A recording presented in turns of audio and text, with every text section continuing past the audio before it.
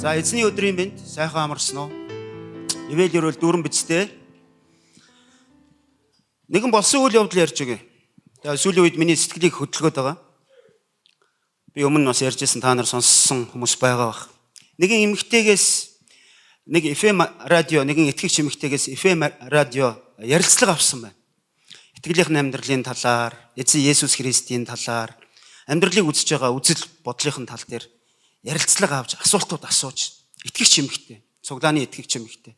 Тэгээ тэр эмэгтэй өөрийнхөө итгэл үнэмшлийг ярьж, сайн мэдээгээ ярьж, Есүс Христийн талаар тэнд гэрчилж ярьсан байна.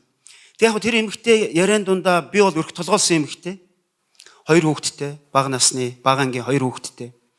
Тэгээ яг амьдрал амар биш. Яг одоогор надад бол ажил алга. Гэхдээ би бурхандаа маш их баярлдаг, талархаж явдаг. Есүс бол миний амьдралын бүх зүйл. Намайг залбирахад тэр сонсдог. Сонсоо зогсохгүй хариулдаг. Тийм учраас би итгэл үнэмшилтэй үнэхээр тууштай байдаг.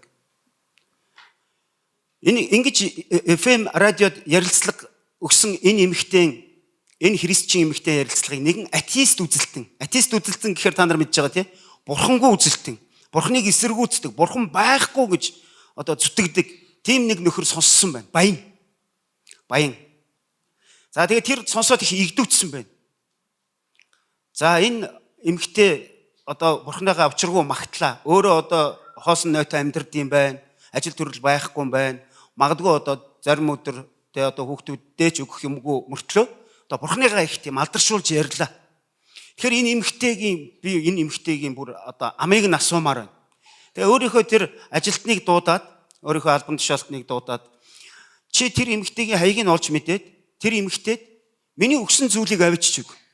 Чи хангалттай бүр одоо машин тэргээ дүүргээд хоол хүнс, хүний амьдралын хэрэгцээнд юу хэрэгтэй шаардлагатай байдгийг чи дүүргээд авчиж өг. Тэр одоо ингээд бараг шахуу 2 идэхгүй хоосон хонохгүй шахуу ингэж явж байгаа ажилгүй эмэгтэйд наа чи одоо бүр маш их одоо хангалттай тийм хэрэгцээ шаардлага байх учраас тэр эмэгтэй баярлаад мэдээж хүлээж авна. Хүлээж аваад энэ хинээс өгөөгөл чөтгөрөөс гэж хэл. Энийг чөтгөр чамд өгүүлж байна гэж хэл. Тэгээд нөгөөдөл чинь бүр ингээд багтаваа хангах га за тэр өста яаж одоо унах нь уу гэд яг ёсоор нь болгож байна л да. Маш их одоо хоол хүнс, хүний амьдралд хэрэгцээ, өдөр тутмын хэрэгцээтэй одоо машин дүүрэн, портер дүүрэн, ачааны тэрэг дүүрэн хүнс аваад тэр эмэгтэйгийн хаягийг нь олж мэдээд аваачаад өгч. Мэдээж эмэгтэй эхлээд гайхсан, гайхаад, баярлах, гайхах зэрэгцээд тэгээд тэр өвдөг дээрээс өхрөөд бурхан талархаж чинь эзэн минь танд маш их баярлалаа. Өөрийнхөө охиныг үргэлж мэддэг, үргэлж хардаг. Миний хэрэгцээг үргэлж хангаж яадаг. Яг хэдийд хэрэгтэйг нь та алдахгүй мэджээдэг тандаа баярлалаа. Таны энэ их нэгүсэл, таны энэ их өгөөмөр зүрх сэтгэлд баярлалаа гэж хэлсэн. Нөгөө юмнуудыг авсан. Харин нөгөө атеист үзэлтний зарц, нөгөө үйлчлэгч нь та тэгээд энийг хинээс өгүүлж байгааг сонирхгүй юм уу гэж асуусан. Тэгсэн эмэгтэй юу гэж хариулсан бэ гэхээр надад сонирн биш ээ. Би сонирхгүй. Харин би нэг юмыг мэднэ. Миний эзэн тушаахад чөтгөр хүртэл тушаалыг нь дагдгийг би мэднэ гэж хэлсэн. Амен. Гайхалт. Ямар гайхалтай итгэл вэ? Түүнд хинээс ирсэн, яагаад ирсэн, хаанаас ямар арга замаар ирсэн үнэндээ сонирн биш. Тэр залбирснаа мэднэ. Тэр бурхантай хамт гэдгээ мэднэ. Бурхан түүний залбирлыг сонсоод хариулдаг гэдгийг мэднэ. Тэгээд л болоо. Амен. Энэ гайхалтай гэрчлэл биш гэж юу? Энэ сүүлийн үед би бас яг ингэж бодоод энэ эмэгтэй үнэхээр амьдралын нөхцөл байдал нь ямар байхаас үл шалтгаалаад тэр эмэгтэйн хувьд өнөөдөр амьдрал нь дардан замаар явж гэнэ үү, дардан бус замаар явж гэнэ үү? Амьдрал ингээд одоо бүдэг бадаг юм шиг, харанхуй юм шиг, итгэл найдваргүй юм шиг энийг давсан итгэл байгаа байхгүй. Амен. Тэгээ бүгдээрээ бас энэ эмэгтэйн итгэлээс суралцъя. Яагаад болохгүй гэж.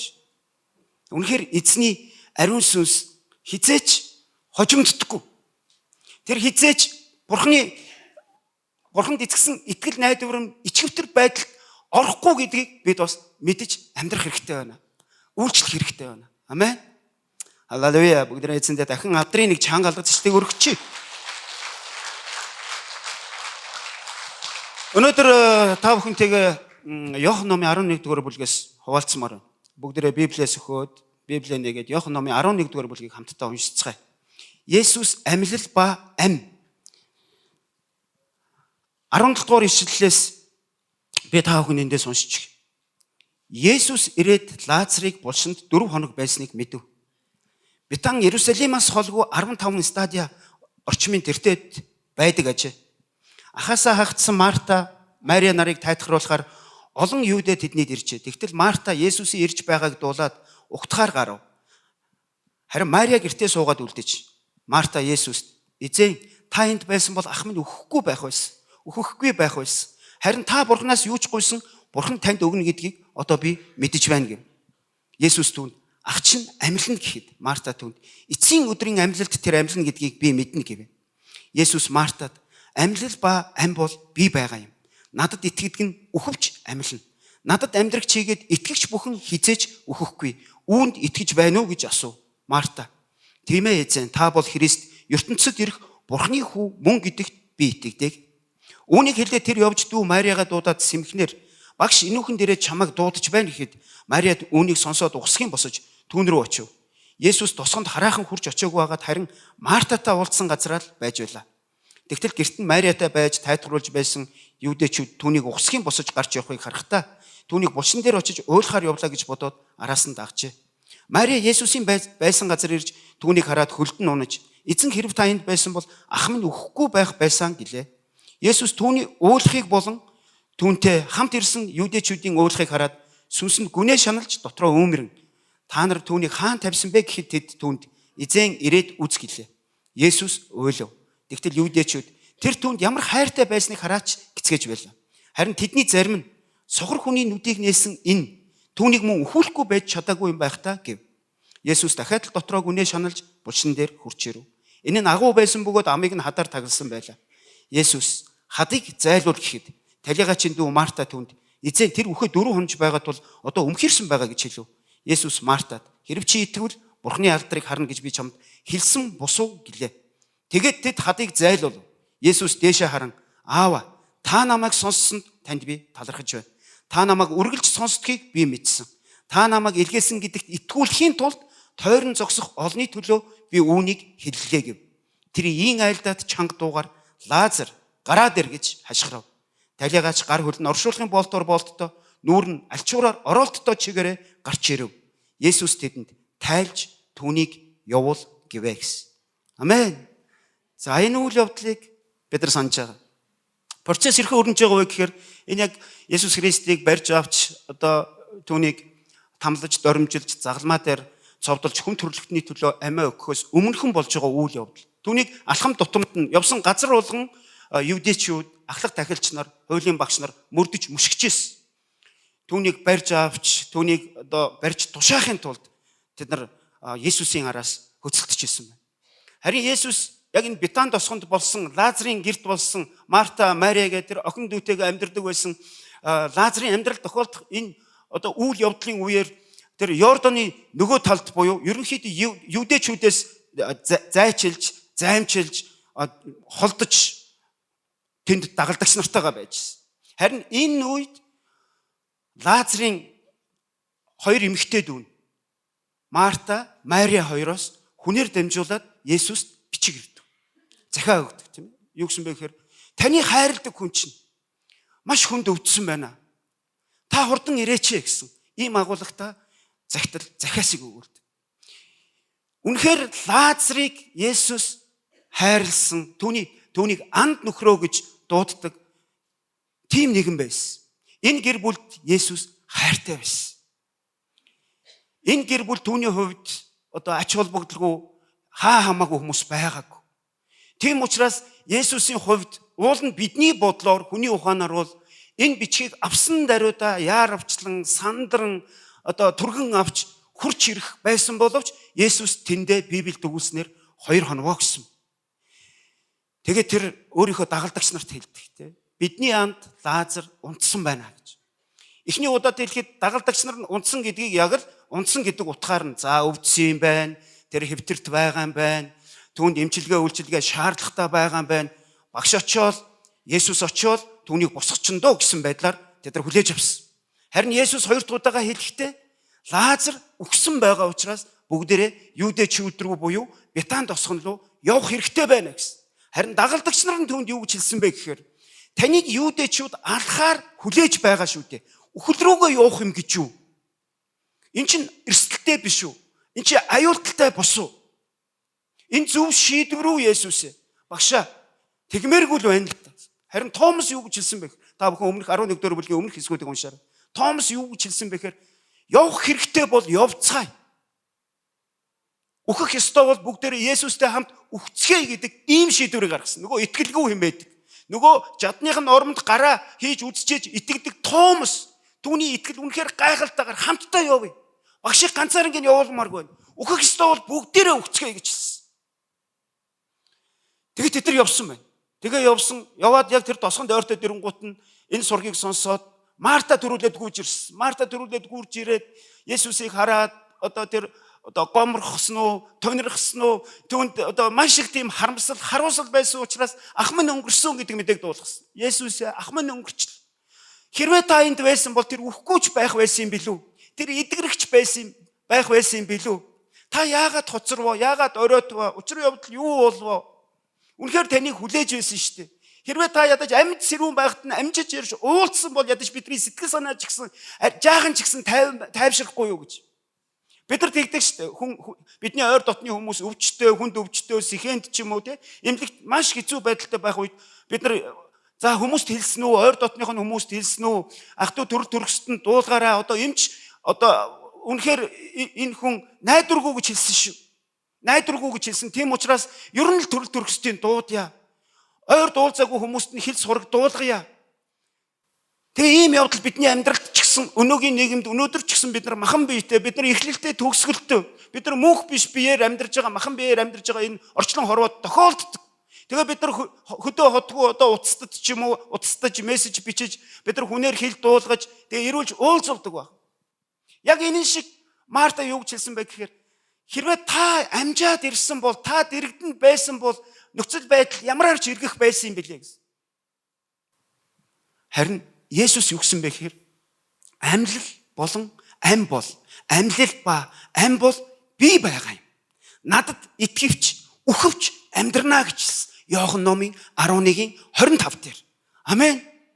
Харин Марта энийг юу гэж ойлгосон бэ гэхээр тийм ээ эзэн минь ээ, би сайн мэдээг мэднэ. Би таны Бурхны үгийг мэднэ. Эцсийн өдрүүдэд ах минь амьлна гэдэгт би итгэж байгаа гэж хэлсэн. Харин Есүс одоо цаг дээр Лазар яг одоо хэдхэн мөчийн дараа амьдрах тухай ярьсан. Хэлсэн.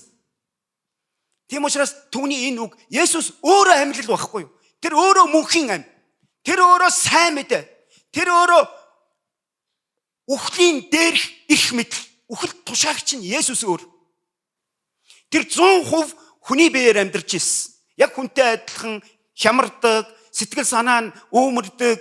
Тэр энд хэлснээр бол Мария хурж ирээд тэр бас л яг Марта эгчтэйгээ адилхан зүйлийг хэлж түүний араас ирсэн юудэчүүд бас одоо Марта Мариаг дэмжих гэж тэдний тосгонд Иерусалимаас хүрэлцэн ирсэн. Тэр олон юудэчүүд хүрэлцэн ирэхэд Есүс бас л тэр хүмүүсийн олон хүмүүс талигачийн араас харамсаж харуусаж уйлахад Есүс бас хямарсан тухай Библиэд байна.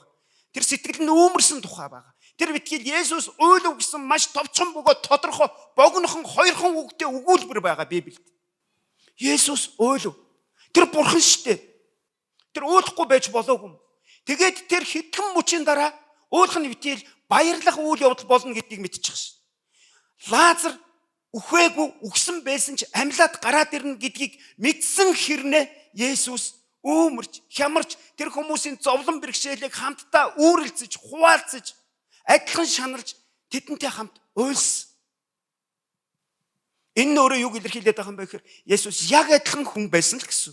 Махан биетэй 100% хүн байсан. Хүнээс ялгаатай нэг л зүйл байсан. Тэр юу вэ? Тэр гэмгүй байсан. Түүнд нүгэл байгаагүй. Бусдаар түүнд зүрх сэтгэл байсан. Түүнд хэл яриа байсан. Түүнд өвддөг, өлсдөг махан бие байсан. Тэгээд дараа нь бас яг Марта хурж ирээд багш энүүхэнд ойрхон ирсэн байна. Чи очооч гэсэн. Мария хурж ирээд бас л яг адилхан зүйлийг хэлсэн.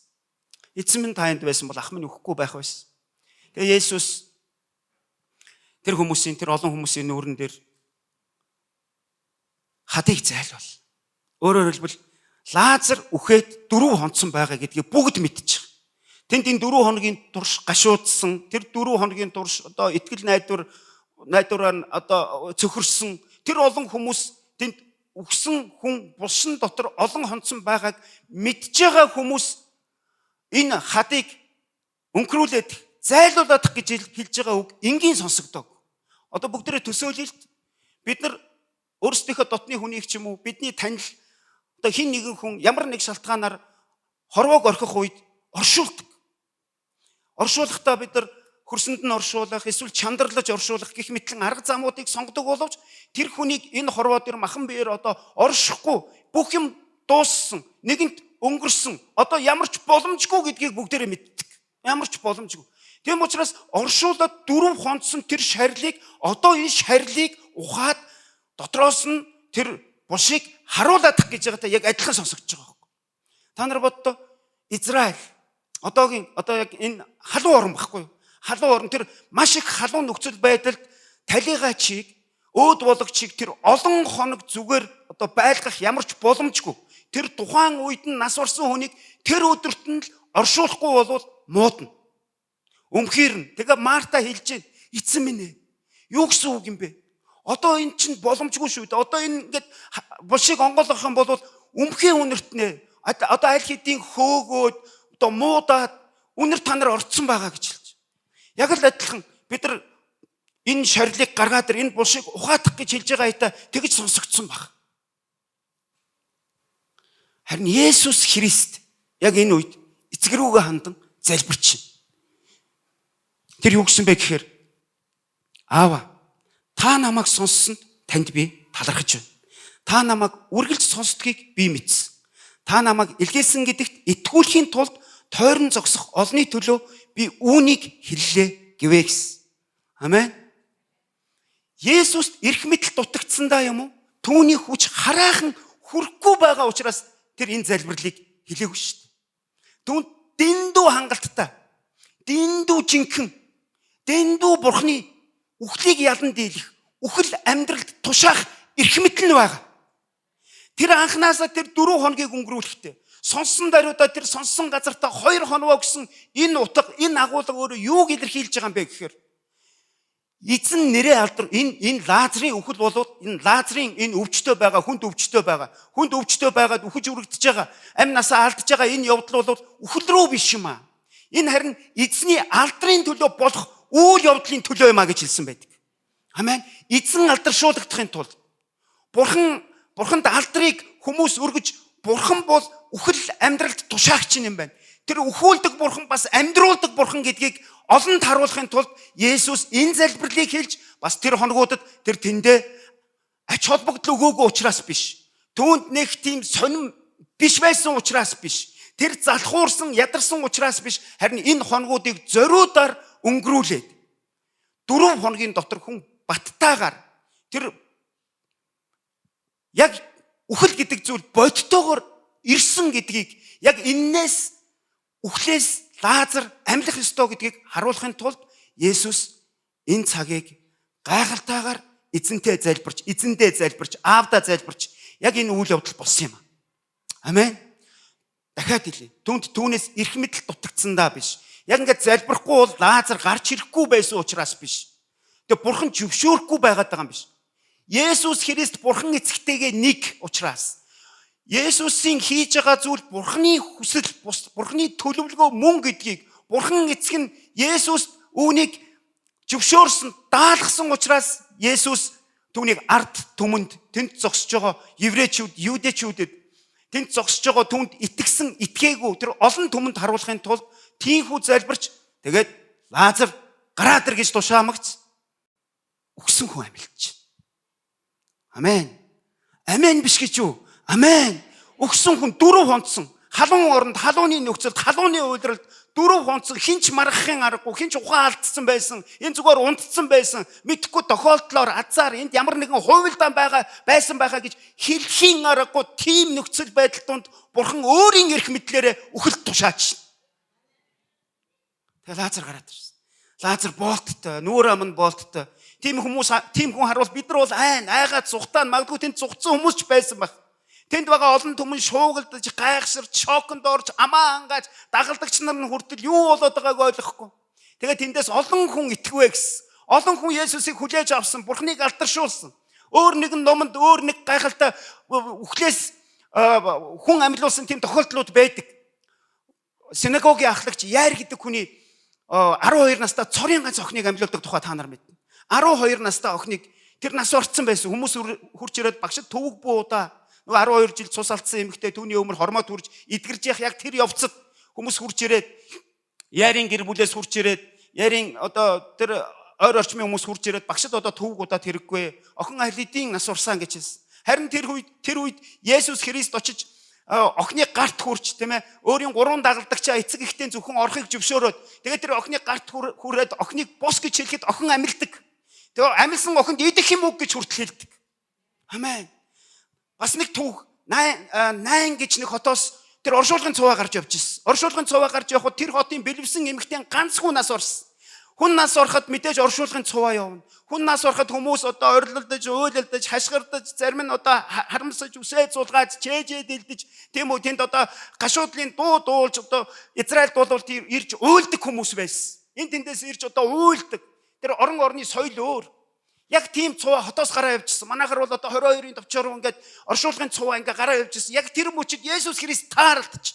Тэр тааралдангуудаа тэр цувааг зогсоож тэр бэлэвсэн эмэгтэйг цорын ганц хүүгээ, цорын ганц эр хүний алдсан тэр эмэгтэйг өрөвдөж тэр залууг бос залуу минь гэж хэлдэг. Өөрөөр хэлбэл үхэлд дахин тушаадаг.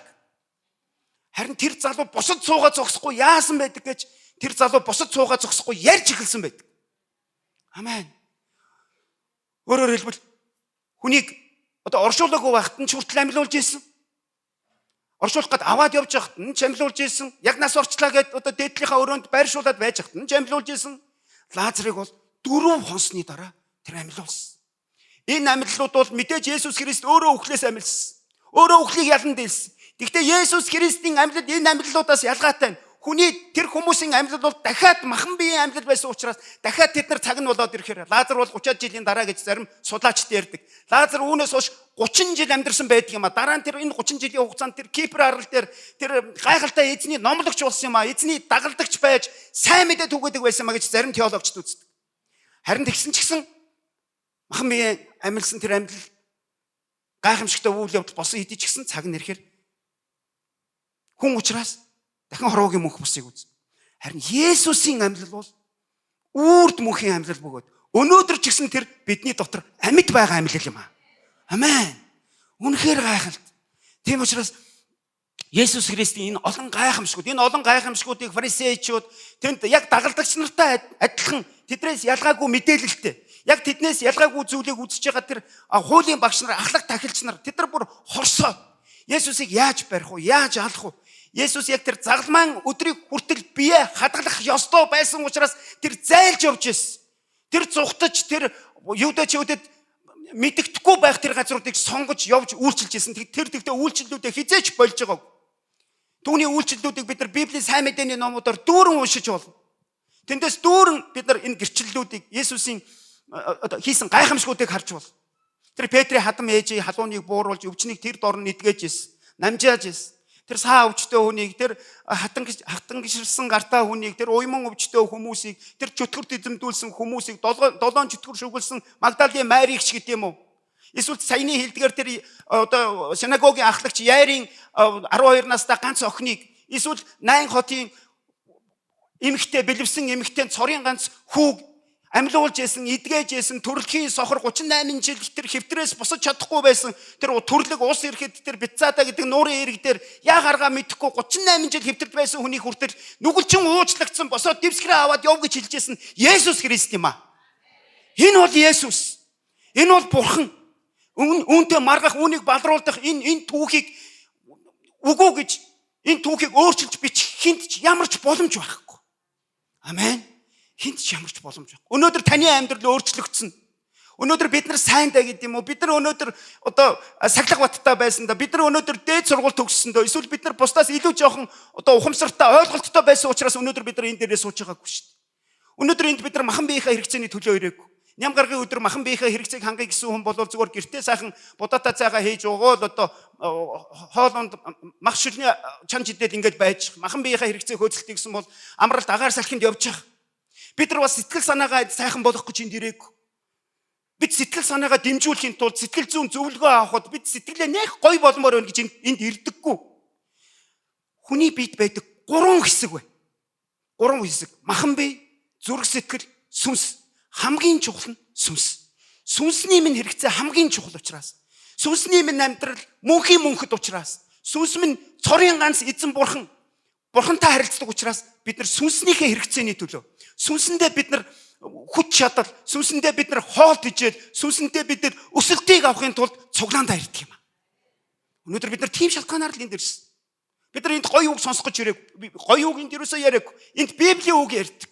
Бурхны үг тунхаглагддаг. Бурхан руу хандаж залбирдаг. Миний сүнстэй ариун сүнс нэгдмэл байж, ариун сүнсний хүчээр би энэ амьдралдаа би ялалттай байх юмсан. Би амжилттай байх юмсан. Би өвчин зовлон эсэргүүцдэг байх юмсан. Би буруу шийдвэр гаргадаггүй. Би харилцаагаа авч хадгалж хүмүүсийг хайрладаг, хүмүүсийг би хүндэлдэг нэгэн байх юмсан. Эцээч Бурхны хүссэн хүү охин байх юмсан гэж бид нар энд ирд юм аа. Амен. Бид нар яагаад энд ирж байгаагаа мэдэх. Үнэхээр Библиэлд болсон энэ гайхамшгууд биднийг төөрөлдүүлэхийн тулд гэдэг юм уу? Эсвэл бидний тархийг угаахын тулд, эсвэл биднийг үлгэр домогт итгүүлэхийн тулд байдаггүй гэдгийг 21-р зуунд амьдарч байгаа бид нар хамгаас сайн мэдж байгаа. Мэдэх ёстой. Есүс бүх хуулиудыг давсан. Бурхан гэдгээ харуулсан. Тэр химийн хуулийг давсан, биологийн хуулийг давсан, физикийн хуулийг давсан, тэр түүхийг давсан, тэр эдийн засаг санхүүгийн хуулийг давсан. Юуны тухай яриад байгаа юм бэ гэхээр усыг дарсуулах. Хизээ химийн процесс, химийн тэр үзэгдэлд энэ ус шууд дарс болсон түүх хаана баг? Байхгүй. Түүнд биологийн хууль нөлөөлөхгүй. Яагаад гэвэл эрэгтэй хүний оролцоогүйгээр онгон эмэгтэй хэвлээд Есүс Христ бүрэлдсэн байхгүй. Биологид ямар тийм юм бэ? Тэр физикийн хуулийг тэр давсан. Физикийн хуулинд хүн хөөрөх боломжгүй. Хүн усан дээгүүр алхах боломжгүй. Амен. Эдийн засаг санхүүгийн ямар ч том ёолол тооцоолгүй зүйлийг Есүс хийсэн. Тэр 5 талах 2 загсаар 5,000 эрчүүдийг тэнд байсан хүүхэд эмэгтэйчүүдтэй нь хооллоод 12 сагсыг илүү гаргасан юм аа. 5 талах 2 загсаар. Амен. Бид нар заримдаа тунхагладаг өөрсдийн амьдралд эзэн минь надад байгаа өчүүхнийг түрүүний ярьсан нөгөө эмэгтэй би Христэд итгэгч эмэгтэй. Би хизээч итгэл үнэмшлөөс урахгүй. Би хизээс Есүс гонгонохгүй, гомдлохгүй. Би Есүсийг муу хэлэхгүй. Өнөөдөр миний хөргөгч хоосон байж болно. Өнөөдөр миний бие өвчтөө би орон дээрээ хэвтчихэж болно, ажил олдохгүй, ажилдаа явж чадахгүй. Хүүхдүүд маань өнөөдөр бусдын айдлыг өмсөж идэлж хэрглэж чадахгүй. Бусад хүүхдүүд гар утастай, орчин үеийн сүүлийн үеийн гар утастай. Бусад хүүхдүүд үнэтэй брендийн хувцастай байхад миний хүүхдүүд магадгүй хувцаа ээлжиж өмсөд хичээлдээ явдаг байж болно. Гэсэн ч би Есүсээс урахгүй гэж эмэгтэй хэлж байна. Энэ бол махан биеийн төлөө биш. Итгэл гэдэг бол махан биеийн төлөө биш. Сэтгэл гэдэг бол энэ хүний эмоц. Хүн сэтгэл маш их хөөрөлтөө үед бүх юм болж байгаа юм шиг, эзэн хамт байгаа юм шиг, эзэн хариулж байгаа юм шиг, эзэн эдгээсэн юм шиг боддог. Гэтэл энэ эмоц байх тохиолдол олонтоо тохиолддог. Эсвэл сэтгэл готрох үедээ бурхан надаас олдсон юм шиг. Би алдаа хийсэн үедээ, гим хийсэн үедээ бурхан намайг шийтгэх юм шиг. Үгүй ээ. Энэ чинь хүний сэтгэлийн асуудал. Зүрх сэтгэл, махан бие, сүнс гэсэн энэ 3 зүйлийг хооронд нь хольж утгаж болохгүй. Мэдээж гуруула биелдэ, гуруула таалда. Гэхдээ бидний анхаарлаа хандуулах, бид нар амьд байгаагаа мэдэх, бид нар бурхантай хамт алхаж байгаагаа мэдэх тэр цорын ганц илэрхийлэл бол бидний сүнсний хэрэгцээгээ хэрхэн хангаж байгаа явдал юм аа. Бид цуглаандаа явж байгаа юу? Би залбирж байгаа юу? Би өдөр болгон Есүсийн тухай бодож байгаа юу? Би амьдрал тохиолж байгаа процессыг, амьдралын нөхцөл байдлуудыг би Библийн үгээр би шалгуулж байгаа юу? Би өөрөө залбирч өдөөд Бурханаас хариултаа авч байгаа юу? Ахлагч пасторууд нь Бурханыг төлөөлж ярьж гэнэ гэдэгт би итгэж байгаа юу гэсэн энэ болгон бол сүнсний ажил юм аа. Энэ болгон сүнсний амьдрал юм аа. Амен. Тийм учраас бүгдээ хольж чадахгүй байцгаая. Өнөөдөр амьдралын нөхцөл байдал яг Лазарын булшинд шарилд 4 хонцонтой яг адилхан байж болно шүү дээ хүний амьдралд. Ингээ бодоод байсан бүх юм дууссан юм шиг. Бодоод байсан бүх юм өнгөрөн отцсон юм шиг. Бодоод байсан чинь одоо ямар ч боломжгүй, ямар ч арга чарга байхгүй юм шиг бодогдох. Яг л тэр булшин дотор чив чимээгүй. Яг л тэр булшин дотор хоног өдрүүд өнгөрсөн ч гэсэн тэнд ямар ч чимээ байхгүй, тэндээс ямар ч амь амьсгал байхгүй, тэндээс дахин амьдрал бий болно гэдэгт ямар ч итгэл байхгүй юм шиг хүний нөхцөл байдал тийм байж болно шүү дээ. Изекиэл номын 37 дээр яг л ийм үйл явдал болдог. Изекиэл гэдэг иш үзүүлэгч, Исая, Ирмия, Изекиэл, Даниэл гэдэг дөрвөн иш үзүүлэгчийн тухай Библиэлд гайхалтай түүхүүдийг бичсэн байдгийг бид нар мэдчих. Изекиэл 37 дээр Изекиэлд бурхан тушаадаг. Изекиэлийг сүнсээр дагуулж яваад яс хөндийг үзүүлдэг санаж байна уу? Ясаар дүүрэн хөндөй. Энэ яснууд амьлна гэдэгт чи итгэж гэнэ үү? Иш үзүүлэгчээс бурхан асууж. Харин эзэн таны талаар бүх зүйл болтгоо. Таны хүслээр бүх зүйл болох боломжтой гэж Изекиэл хариулж. Тэгэнгүүт бурхан Изекиэлд энэ яснуудад тушаа. Энэ яснуудад иш үзүүл. Энэ яснуудад судас шугамсыг бий бол гэж хэл. Энэ яснуудад махаар бөглөгдөж арьсаар хучигддаг гэж хэл гэсэн. Иш үзүүл гэсэн. Изекиэл энэ бүгдийг үйлдсэн. Гайхалтайгаар яснууд тачигналдаад хоорондоо эвлэлдээд хүний ингээд тархаа бутархаа байсан тэр хүндий дотор хүндий дүүрэн яснууд хоорондоо ивээ болоод тэгээд шүрмсүүд бий болоод судсууд бий болоод тэнд махаар бөглөгдөөд арьсаар хучигдаад одоо ганцхан амьсгал дутуу байсан. Тэр үед бурхан одоо чи амьсгалд нь иш үзүүл гэж хэлсэн. Дөрвөн зүгээс амьсгал ирэх гэж хэлсэн. Изекиэл бурханы даалгаврыг л биелүүлсэн байхгүй. Тэр бурханы тушаалыг л дагсан байхгүй. Харин Изекиэл тэр хүндий дүүрэн хухай ясанд амьдралыг, амьсгалыг тушаах үед тэд нар хүн болох болох төдийдөө баатрууд болж тэд нар игэн жагсдгаа гэсэн байдаг. Игнэн боссон гэж хэлсэн. Энэ өнөөдрийн бидний нөхцөл байдал биш үү? Өнөөдрийн бидний нөхцөл байдал хоосон, хуурай, хуухай, үр жимсгүй, амьдралгүй, амьгүй, аимшигтай, айдастай ийм нөхцөл байдлуудад бид нар заримдаа ордог шүү дээ. Заримдаа бид нар ийм нөхцөл байдал одоо ямар ч боломж байхгүй. Бүх юм өнгөрсөн, дуусаа. Одоо энэ харилцаа ахиж сэрэхгүй. Дахиж би хэзээ ч юм мөнгөтэй болохгүй.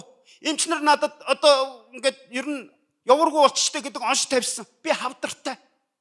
Тэгвэл тэнд яснууд тачигналдаад ам ороод байна. Тэнд хадан булшин дөрөв хонсон Лазар гарч ирж байна ахын дүүсээ. Амен. Халелуя. Энэ сайн мэдээ биш юм уу?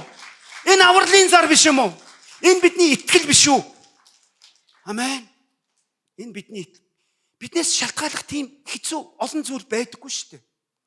Бид итгэхэд л болоо. Бид итгэмжтэй байхад л болоо. Өөрийнхөө хэмжээнд.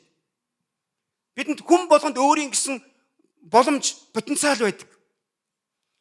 Харин бид итгэх, бид бурхантайгаа хамт байх, бурханы үг сургаалын дагуу амьдрах. Бид нар энэ үүрэг хариуцлагаас гадна бидний амьдралд ингэхээс өөр аргагүй байдал гэдэг нь бидний сүнсний асуудал байхгүй. Бид Есүс итгэх тэр цаг мөчид дээрээс дахин төрдөг. Бидний сүнс дахин тэнд хүчийг авдаг. Дахин сүнсээр өсөх боломжтой болдог. Дахин сүнс минь бурхны ариун сүнстэй ялагчийн тэр давцан дээр зогсох боломж бурхан өгдөг. Тийм учраас итгэлийн ахын дүүсэм. Бидний амьдралын нөхцөл байдал үндэ биднийг заримдаа яг бид нар энэ амьдралын нөхцөл байдал болон сэтгэл санааныхаа байдлаа бид нар сүнсний асуудалтай холих гээд байдаг. За би өстой бурхан надад уралцсан юм шиг байна.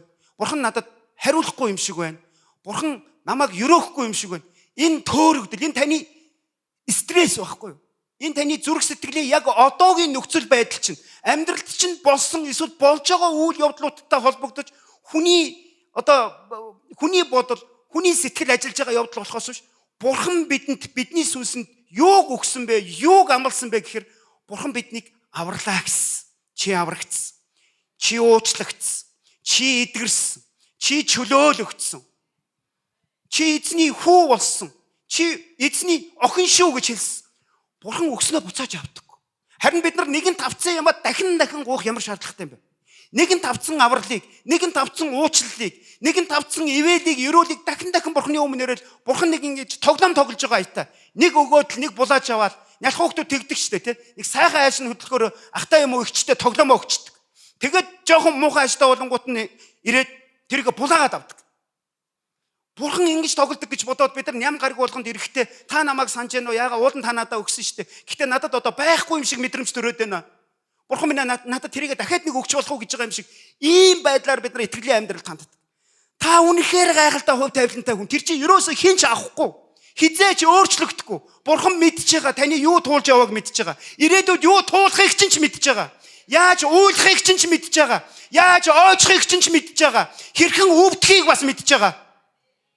Хэрхэн ганцаардаж, хэрхэн нулимсаараа үн төлж, өртөг төлөхийг ч мэдж байгаа. Тэглээгээд юу гэж? Тэглээгээд миний сүнс Бурханаар аврагдсан. Бурхантай нэгдсэн миний сүнсэнд өөрчлөлт ирэх юм гэж юу? Би харин өөрөөсөө шалтгааллах зүйлээ хийж байгаа юм уу? Би залбирахыг чухалчилж байгаа юу? Би Бурхантай яг бодиттой харилцаанд би итгэсэн хэвээрээ байгаа юу?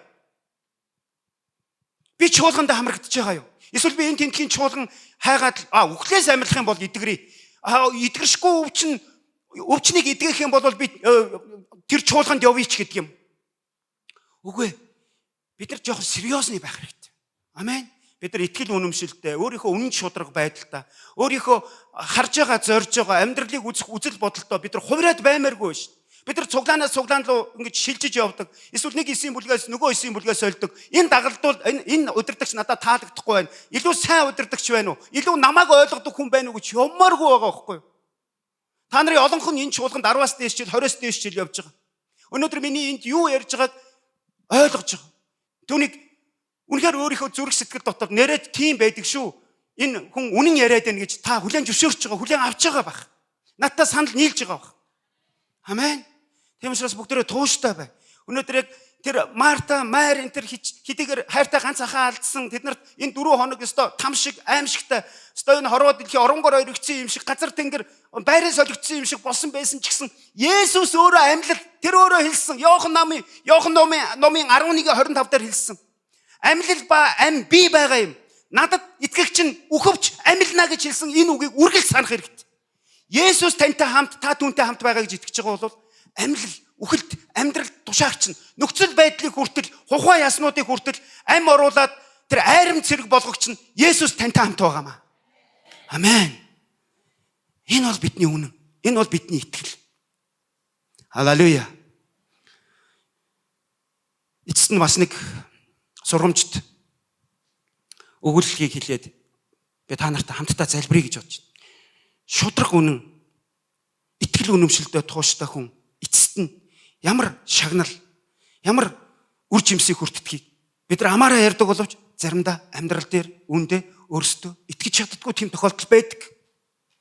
Нэг ядуу хүн, гуйлагчин, хөөрхий зах дээр одоо хүмүүсийн өгсөн зүйлээр гол зогоож ажил олдвол тэнд тэрэг төрж ч юм уу, тэ хүмүүсийн одоо бараа таваарыг нааш яаш нь болгож өгч тэгээ өдрийнхөө талхныхаа мөнгийг олж авдаг нэг тийм ядуу хүн байсан. Олон жил тэр зах дээр байгаа. Тэр олон хүний хөлийн газар байгаа. Тэгээ тэр явж байгаад нэг юм богц, нэг төрөвч болсон байна л. Богц төрөвч. Тэгээ тэрийг нээгээд үтсэн чинь дотор нь алтан зооснууд байсан. Алтан зоосон. 100 алтан зоос. Тэгээ мэдээж хүний хувьд маш их баярлсан. Бурхан намайг харж үзлээ.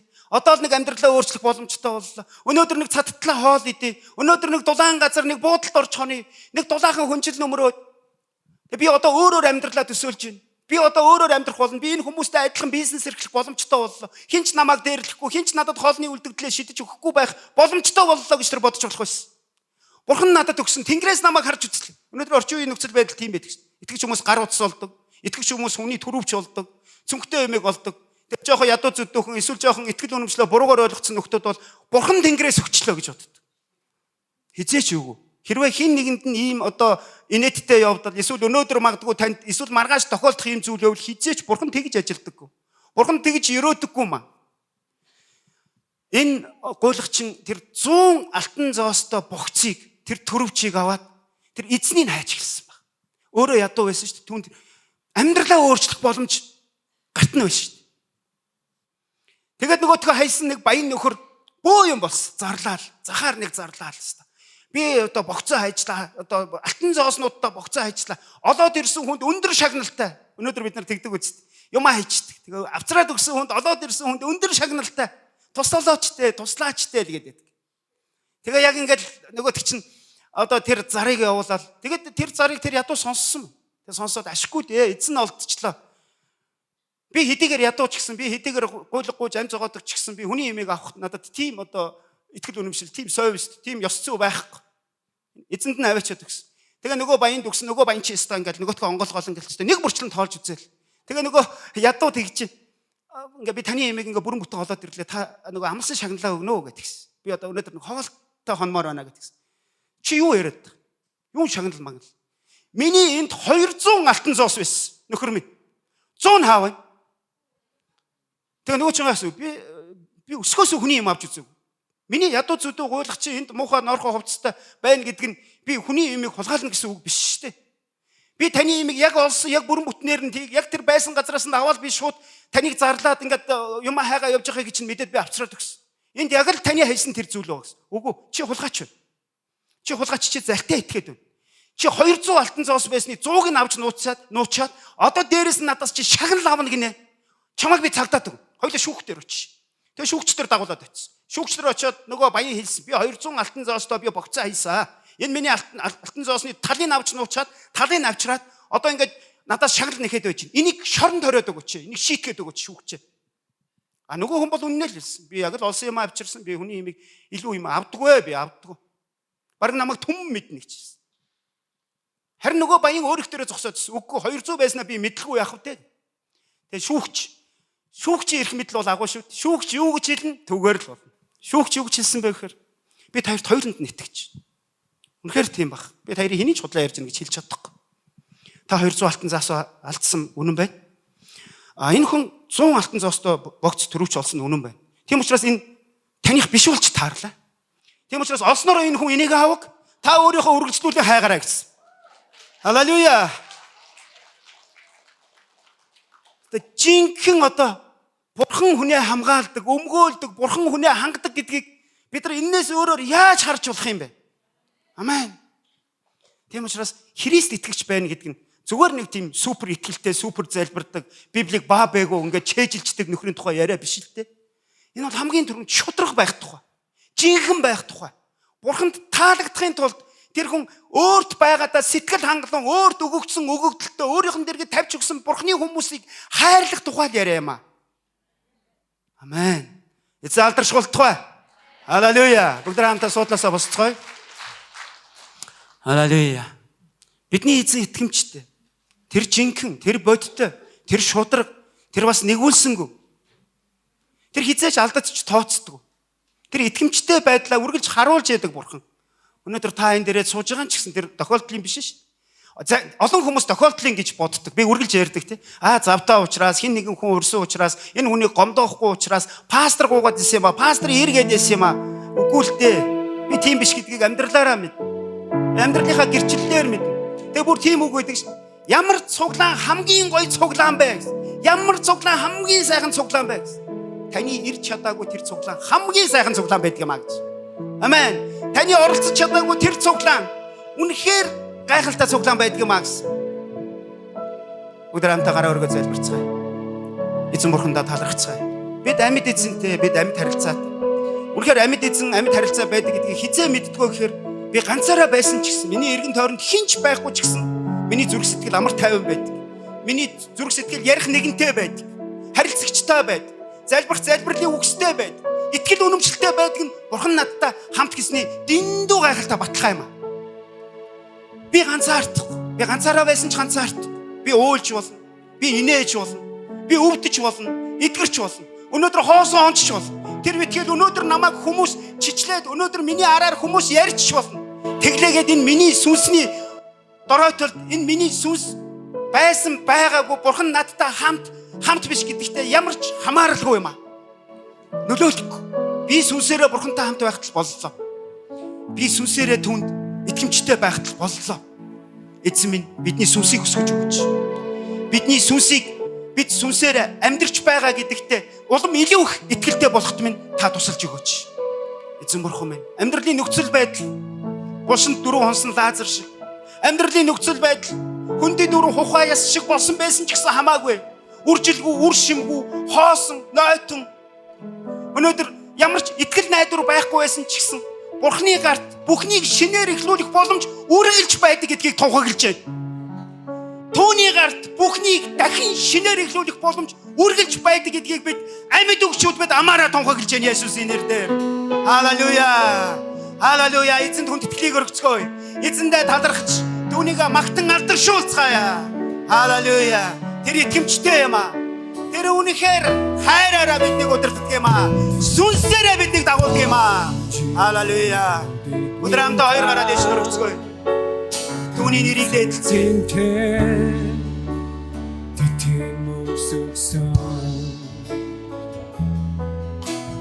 Усны орнд цэцгий хэлхийг та өгч уйлшгүй минь баяраа цэцэг. Халелуя.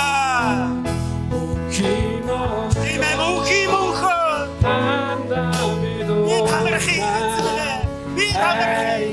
Би дуугаа дуулыг эзэмнэ. Би хайрын дуугаа танд өргөе эзэмнэ. Халелуя.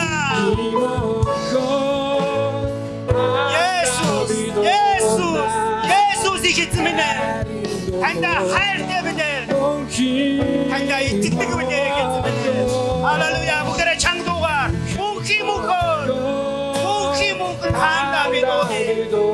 О хайрын дуугаа дуулъя Есүс. Мөнхийн Есүс.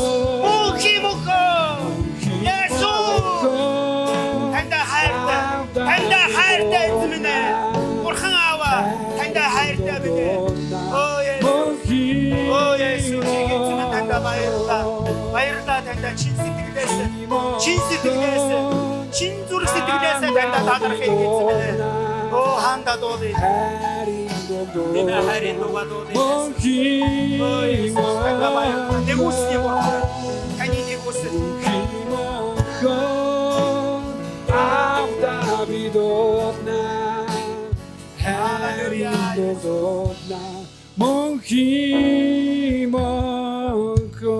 Их эзэмнэ танд маш их баярлалаа. Таны агуу их хайранд баярлалаа. Таны болцолгүй уучлал баярлалаа. Хайр энер уучлал нэгүсэл таны ивэл өрөөлийг үгээр илэрхийлэхийн аргагүй байлаа. Ямар их нэгүсэл вэ эзэмнэ. Дэндүү их нэгүсэл юм аа эзэмнэ. Өнөөдөр бид амьд байгаа. Бид бие махбодороо, бид зүрх сэтгэлээрээ, бид сүнсээрээ амьд байж тантай харилцаж, танаар ивэгдэж, танаар өрөөлгөж байгаа нь ямар их нэгүсэл вэ эзэмнэ. Бие биенийхээ төлөө баярлалаа. Хайртай гэр бүлийнхээ төлөө баярлалаа. Хайртай үр хүүхдүүдийнхээ төлөө баярлалаа. Бидний дэргэд тавьж өгсөн. Тэднээр дамжуулж биднийг өрөөдөг. Тэднээр дамжуулж биднийг хайрладаг. Би бас хайрладаг. Тэр хүмүүсийн төлөө танд дэндүү их баярлалаа гэсэн юм. Сүм чуулганыхаа төлөө танд баярлалаа. Гайхалтай сүм чуулганыг та хамгаалж өгөөрэй. Та хангаж өгөөрэй гэсэн юм. Хаанчлын өргөөг минь та бариулж өгөөрэй гэсэн юм. Та өөрөө бүх хэрэгцээг хангаж өгөөрэй гэсэн юм. Би таньдаа итгэж залбирдаг. Би таньдаа итгэж хүлээд өнөөдрийг хүртэл хүлээж 10 гаруй жил өнөөдөр бид итгэлээ алдаагүй лээ гэсэн минь.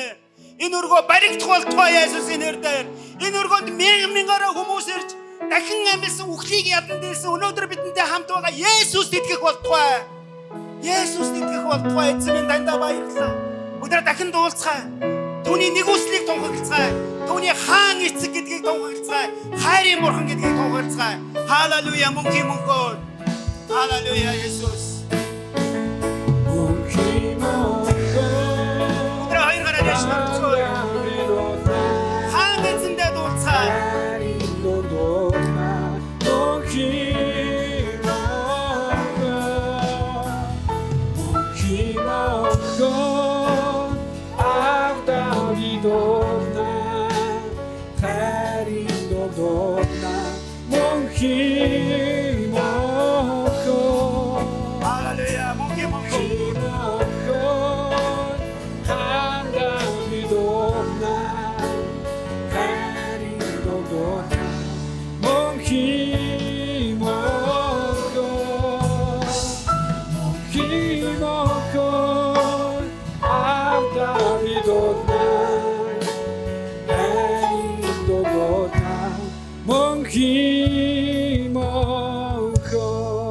Алдрын чангаалгачлыг Есүс алдрын чангаалгачлыг зөвхөн Есүс зөвхөн Бурхан алдрын чангаалгачлыг Халелуя Халелуя Халелуя эзэн алдарш болтугай Христийн нэр алдарш болтугай Христийн нэр мөнхийн мөнхөд үеийн үед үрдийн үр тунхаглагдах болтугай амен Халелуя амен. Та баяртай байна уу? Та авралдаа итгэлтэй байдгүй. Та итгэлтэй үнэнчүү. Амен. Халелуя. Өнөөдөр эсний заасан залбирлаар хамтдаа залбираад өнөөдрийнхөө цуглааныг өндөрлцгөөе. Та намайг дагаад залбирахгүй юу? Тэнгэр дэх бидний аава. Таны алдар ариунаар дуурсдгаа. Таны хаанчлал ирдгвэ. Таны таалал тэнгэр чигээ газарт биелдгвэ. Бидний өдөр тутмын үлсийг өнөөдөр бидэнд хайрлаач. Бид өртөнгүүдээ уучлсны адил өөрсдийн минь өрийг уучлаач. Биднийг уруу татлаханд бүү автуулаач. Ёрын муугаас гэтлэгээж хаанчлал, хүч чадал, алдарсуу мөнхөд таних. Амен. Халелуя. Амен. Халелуя. Эхэзэн таныг ивэх болтугай. Хэрвээ та анхудаа шинээр ирсэн бол урдлын игнэд үрдэн ирнэ гэж урьж байна. Бурхан таныг үнэхээр өрөөх болтугай.